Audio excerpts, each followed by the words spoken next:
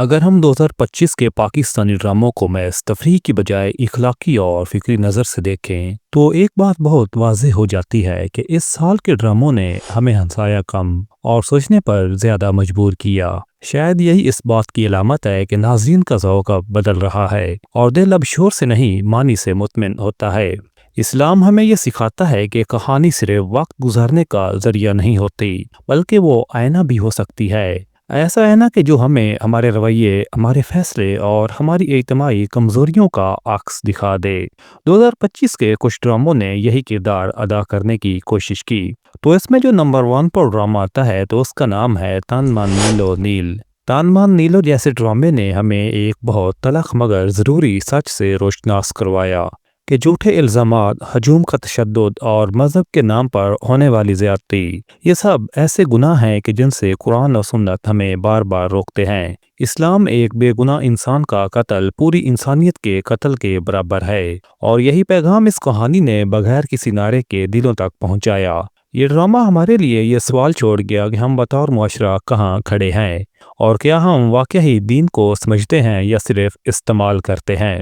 اور اس کے بعد ڈرامہ سیریل پرورش ہمیں یاد دلاتا ہے کہ اسلام میں تربیت صرف حکم دینے کا نام نہیں بلکہ محبت، صبر اور مثال بننے کا نام ہے۔ والدین کو معصوم نہیں دکھایا گیا مگر ظالم بھی نہیں بنایا گیا۔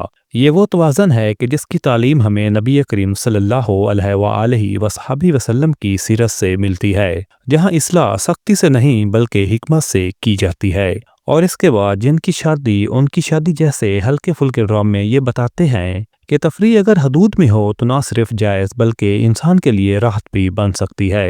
اسلام نے خوشی اور مسکراہٹ کو منع نہیں کیا، بس یہ سکھایا ہے کہ ہنسی کسی کی تذلیل یا گناہ کا سبب نہ بنے۔ اور اس کے بعد جمع تقسیم اور پمال جیسے ڈرامے ہمیں خاندانی نظام کی نزاکت کا احساس دلاتے ہیں۔ اسلام میں گھر کو سکون کی جگہ کہا گیا ہے، مگر جب ضد، انا اور کنٹرول غالب آ جائے تو یہی گھر آزمائش بن جاتا ہے۔ ان کہانیوں نے ہمیں بغیر الزام تراشی کے یہ سمجھایا کہ رشتے صرف حقوق کا نہیں، ذمہ داریوں کا نام بھی ہیں۔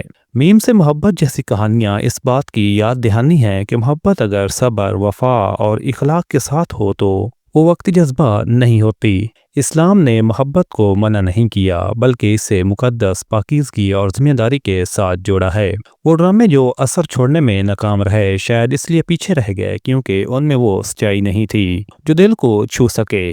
اسلام میں نیت کو اصل قرار دیا گیا ہے، اور جب کہانی کی نیت صرف ریٹنگ یا سنسنی ہو تو وہ وقتی توجہ تو پا لیتی ہے مگر دل میں جگہ نہیں بنا پاتی۔